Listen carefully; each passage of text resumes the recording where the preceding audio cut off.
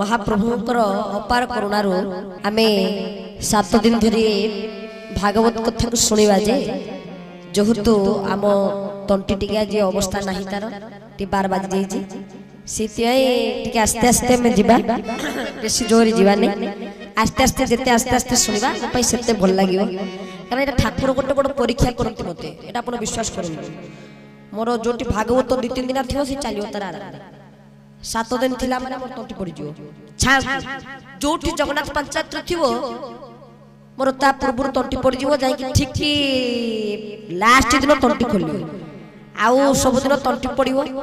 हटू तथापि मध्य भक्त मान करते व्याकुलता थाए महाप्रभुकर दिव्य कथा को टिके श्रवण करिया पई से तंटी खराब हो तंटी भलो हो जा होला काहे कि तांकर ए जगन्नाथ ना को टिके सुनि देले ही तांको जीवन धन्य हे। हरि हरि।